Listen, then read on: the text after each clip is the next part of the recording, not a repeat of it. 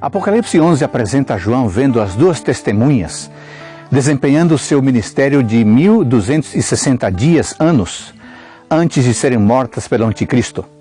A sétima trombeta é tocada. Quanto ao templo de Deus, é dada uma ordem.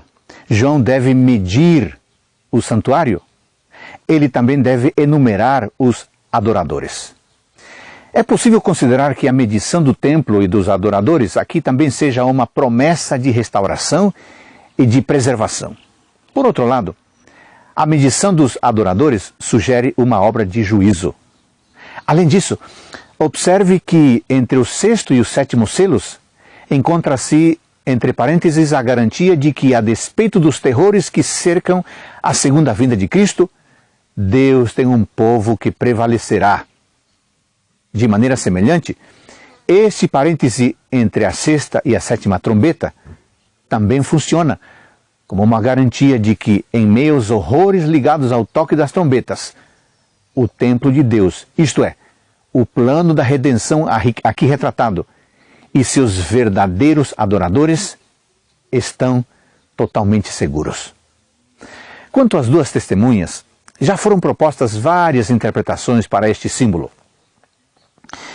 Uma vez que a concessão mais completa do Espírito Santo aos seres humanos está descrita nas Escrituras, tanto do Antigo Testamento quanto do Novo Testamento, eles podem ser considerados as duas testemunhas. A despeito do domínio do mal durante o período dos 1200 dias, anos, o Espírito de Deus, em sua manifestação por meio das Escrituras, daria seu testemunho a todos aqueles que estivessem dispostos a ouvir esse testemunho. E o que significa a expressão vestidas de pano de saco? Vestir pano de saco era sinal comum de luto e de penitência. Por isso, as Escrituras são caracterizadas em atitude de lamento, numa época em que as tradições humanas se encontravam em ascensão. Note que as duas testemunhas fazem seu trabalho. Elas profetizam. Elas têm poder para fechar o céu, a fim de que não chova. As duas testemunhas tinham autoridade para invocar sobre seus inimigos não só a mesma praga que caíra primeiro no Egito, como também qualquer um dos flagelos. Ao ver as testemunhas cumprindo sua missão, a besta do abismo batalha contra elas e as mata. Alguns teólogos identificam esta besta com o poder que tentaria destruir as Escrituras, ou seja, as duas testemunhas, no final do período de 1260 anos, em 1798.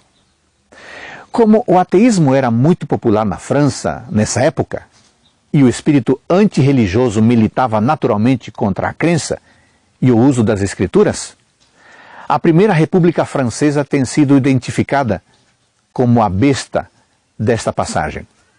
Podemos concordar de modo geral com esta perspectiva, mas a consciência culpada, que havia atormentado os ímpios durante o período em que as duas testemunhas profetizavam, mais uma vez se impõe.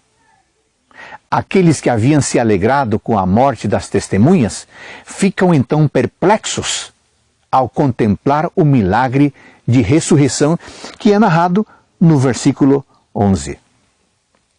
As testemunhas, além de ressuscitadas por Deus, são chamadas a entrar no céu. Logo, enquanto seus inimigos as contemplam, elas são completamente vindicadas dos ultrajes que sofreram, e é demonstrada a todos a veracidade da profecia que proclamaram fielmente por 1260 anos. O próprio Deus as recebe no céu, perante os olhos dos que tentaram destruí-las ao longo de tantos anos. Hoje, se você lê as Escrituras e vive as palavras das Escrituras, você pode ser uma fiel testemunha de Deus, partilhando com outros seu poder salvador. Que Deus abençoe você.